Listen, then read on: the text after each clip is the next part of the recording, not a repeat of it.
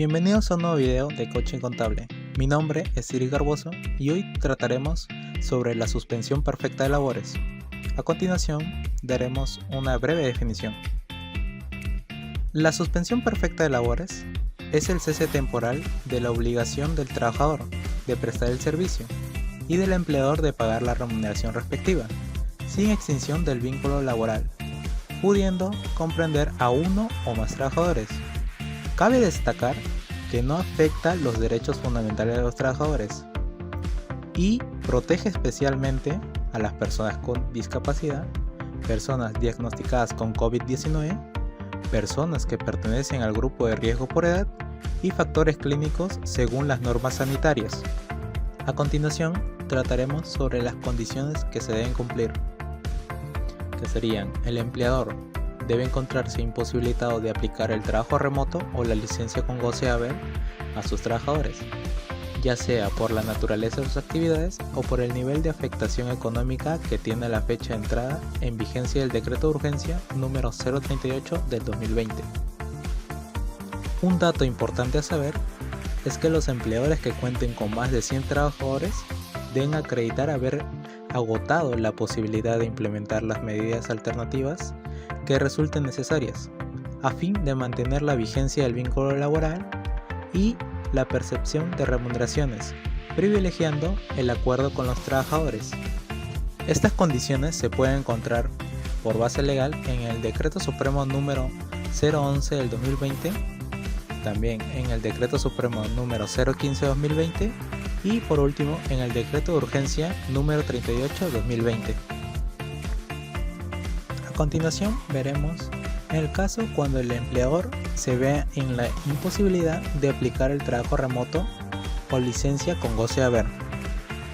En el caso del trabajo remoto, cuando la naturaleza de las actividades hace imposible su aplicación por requerir la presencia del trabajador de forma indispensable o por el uso de maquinaria que solo opera en el local del trabajo. En el caso de la licencia con goce de haber, se configura cuando no resulte razonable la compensación del tiempo dejado de laborar en atención a causas objetivas vinculadas a la prestación, entre las cuales se encuentran las siguientes: cuando la jornada del empleador cuenta con distintos turnos que cubren su actividad continua a lo largo de las 24 horas del día, cuando por la naturaleza riesgosa de las actividades la extensión del horario pueda poner en riesgo la seguridad y la salud de los trabajadores. También cuando el horario de atención del empleador se sujete a restricciones establecidas por leyes u otras disposiciones normativas o administrativas. Y por último, otras situaciones que manifiestamente escapen al control de las partes. Ahora veremos las acciones que debe agotar el empleador antes de optar por la suspensión perfecta de labores, que serían unas 5. La primera, otorgar el descanso vacacional adquirido y pendiente de goce. Número 2, acordar mediante soporte físico virtual el adelanto del descanso vacacional a cuenta del periodo vacacional que se genere en futuro. Número 3, acordar mediante soporte físico virtual la reducción de la jornada laboral diaria o semanal, con la reducción proporcional de la remuneración. Número 4, acordar mediante soporte físico virtual la reducción de la remuneración. Y por último, adoptar otras medidas reguladas por el marco legal vigente siempre que permitan el cumplimiento del objetivo del Decreto de Urgencia número 038 del 2020. Una nota importante es de que esto se aplicará tratándose de empleadores que cuenten con más de 100 trabajadores. Y ahora, previamente a la adopción de las medidas alternativas indicadas anteriormente, el empleador debe tener en cuenta lo siguiente: 1. Informar a la organización sindical o en su defecto a los representantes de los trabajadores elegidos o a los trabajadores afectados los motivos para la adopción de dichas medidas a fin de entablar negociaciones que busquen satisfacer los intereses de ambas partes. Cabe destacar que se debe dejar constancia de la remisión de información y de la convocatoria a negociación. Otro sería que en ningún caso pueden afectar los derechos fundamentales de los trabajadores, como es el caso de la libertad sindical y el trato no discriminatorio. Por último, tratándose de empleadores que cuentan con hasta 100 trabajadores, resulta facultativo acreditar la adopción de las medidas alternativas. En el siguiente cuadro veremos los trámites a realizar para la adopción de la suspensión perfecta, que son unos 3. Número 1. Deben comunicarlo previamente a los trabajadores afectados y a sus representantes elegidos. Número 2.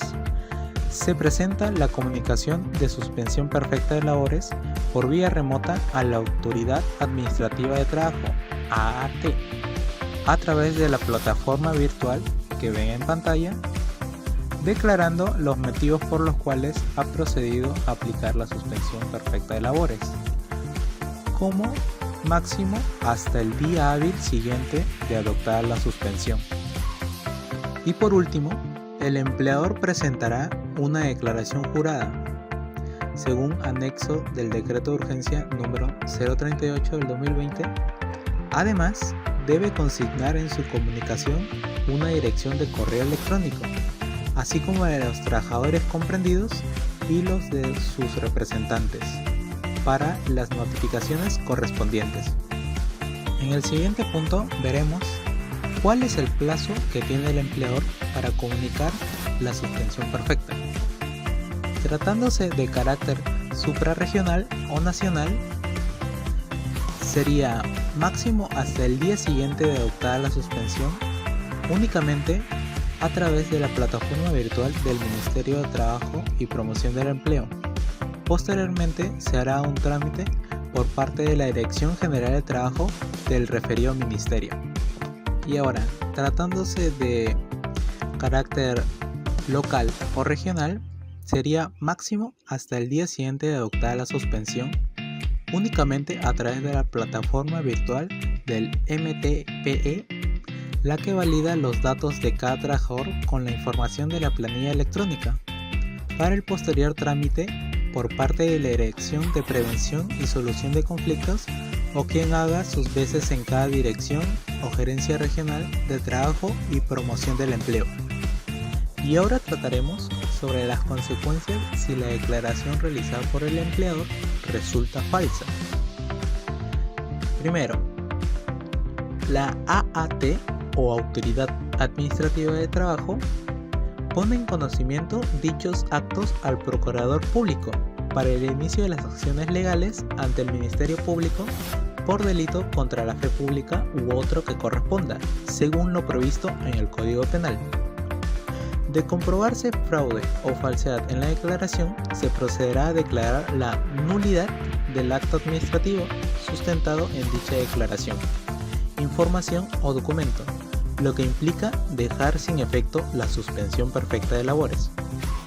Por último, el empleador procederá entonces con el pago de las remuneraciones dejadas de percibir por los trabajadores durante el periodo de la indebida suspensión, en un plazo de 48 horas.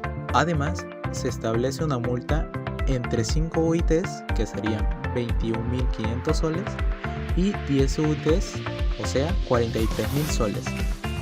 Y por último, veremos las medidas compensatorias que se han previsto a favor de los trabajadores en suspensión perfecta, que serían 6.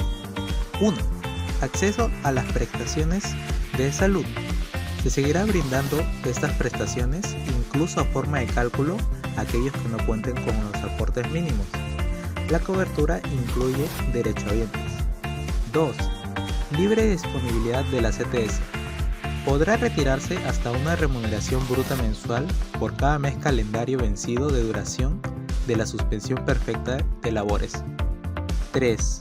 Adelanto de CTS de mayo y gratificación de julio. En caso que el trabajador no cuente con el saldo en su cuenta de CTS, podrá solicitar el adelanto de ambos conceptos. 4. Trabajadores de microempresas. Se otorgará una prestación económica de protección social de emergencia ante la pandemia del coronavirus o COVID-19 de un total de 760 soles. 5. Retiro parcial del fondo de pensiones de AFP. El monto que puede retirarse es de hasta 2.000 soles. Y por último, pensión de ONP. Al afiliado no se le exigirá aportes durante el periodo de suspensión, siempre y cuando con estos aportes hubiera alcanzado el derecho a la pensión. Asimismo, podrá solicitar su pensión, pudiendo reconocer la ONP como mínimo de 3 meses de aporte. Y bueno, eso fue mi tema a tratar. No olvides darle like y suscribirte y nos vemos en una próxima ocasión.